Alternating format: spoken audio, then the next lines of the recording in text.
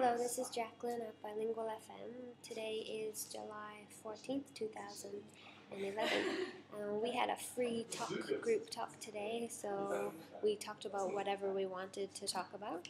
And in our good and new, we were talking about our recent traveling experiences or our upcoming travel plans.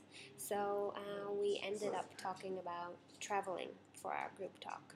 So we talked about Hawaii and France and Okinawa. And one of our students just returned from Hawaii, so he was telling us about his experiences there.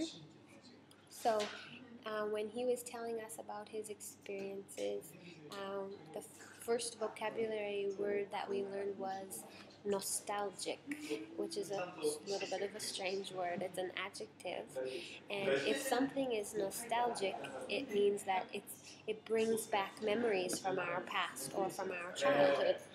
So for his example was he was driving through the countryside in Hawaii with the farmlands and the trees, and he said driving through the countryside of Hawaii was very nostalgic. So it made him think about his childhood in Japan.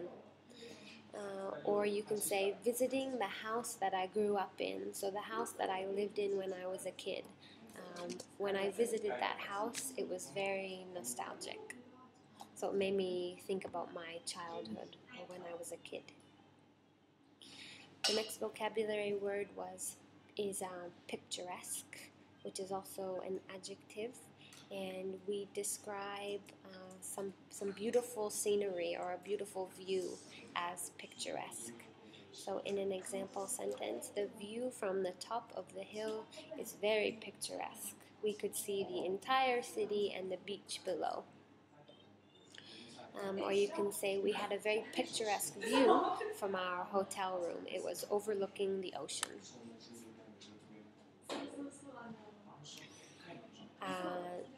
The next phrase is to fall off. So we know what falling is when we fall. But if we're on top of something like a surfboard or a chair or something, we say that we fall off. So I tried surfing and I fell off my board many times. Or I was standing on my chair and I almost fell off. There's a few ways to use. The reason I'm saying this is because there's a few ways when we fall. You can say I fell over, which is different than I fell off. So number 4 is uninhabited, and it's also an adjective. So uninhabited is describing a place where nobody lives. In most cases, it means just no people live. So uninhabited. It's the opposite of inhabited. So in an example sentence, when I was in Okinawa, we swam to an uninhabited island.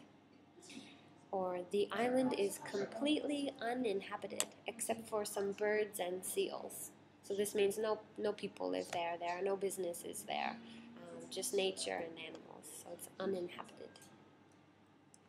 And lastly, when describing the height of a mountain that one of our students climbed on Hawaii, he said sea level height is 200 meters.